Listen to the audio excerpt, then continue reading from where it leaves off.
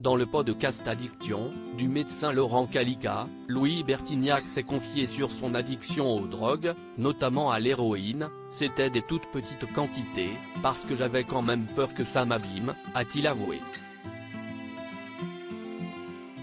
Le guitariste d'un groupe de rock qui devient accro à la drogue, un cliché? Louis Bertignac, du groupe Téléphone, a bien été addict à l'héroïne, mais c'était avant de jouer avec Jean-Louis Aubert, Corinne Mariano et Richard Kolinka. Et, d'ailleurs, quand il était sur scène avec Téléphone, il n'était pas défoncé.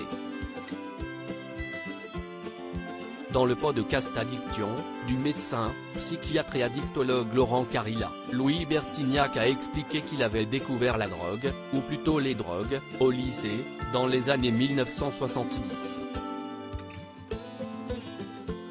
J'ai essayé un peu de tout, toutes les drogues dures pour commencer, mais j'en réessayais, juste une fois chacune. J'ai essayé l'héroïne, la morphine et la cocaïne en shoot. J'avais 17 ans, j'étais en première ou en terminale, je ne sais plus, a-t-il révélé, précisant qu'ayant un esprit assez scientifique, il voulait savoir de quoi il s'agissait vraiment. Ce n'était pas pour m'accrocher, juste pour tester le truc. Et en fait, il n'y a aucun de ces trois essais qui m'ont plu. Par contre, ce qui a plu à Louis Bertignac à cette époque, ce sont les clopes déjà, et le cannabis, juste après je m'y suis mis.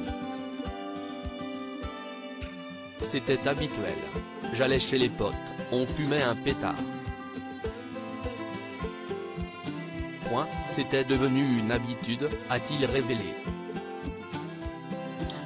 Puis, il a redécouvert l'héroïne.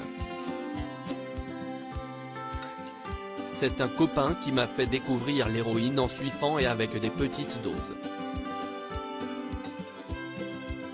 Et là, ça me faisait moins peur et j'avoue que j'ai aimé la sensation que ça m'a apporté. Et cette fois-ci, Louis Bertignac est devenu un consommateur régulier. Je pense que le quart de gramme me durait facilement une semaine, voire 10 jours. C'était des toutes petites quantités, des petites lignes, quand les copains se faisaient une grande ligne de 10 cm, la mienne c'était 1 centimètre parce que j'avais quand même peur que ça m'abîme. Pendant Téléphone, chaque départ en tournée, c'était une occasion de décrocher. Je n'aimais pas du tout jouer défoncé, a complété Louis Bertignac. Quand j'étais avec Téléphone, à l'époque où j'étais vraiment dans l'héroïne, j'allais jamais répéter défoncé, et quand je partais en tournée, c'était justement la décroche. Je reconsommais quand la tournée était terminée et que je rentrais à Paris, sinon jamais.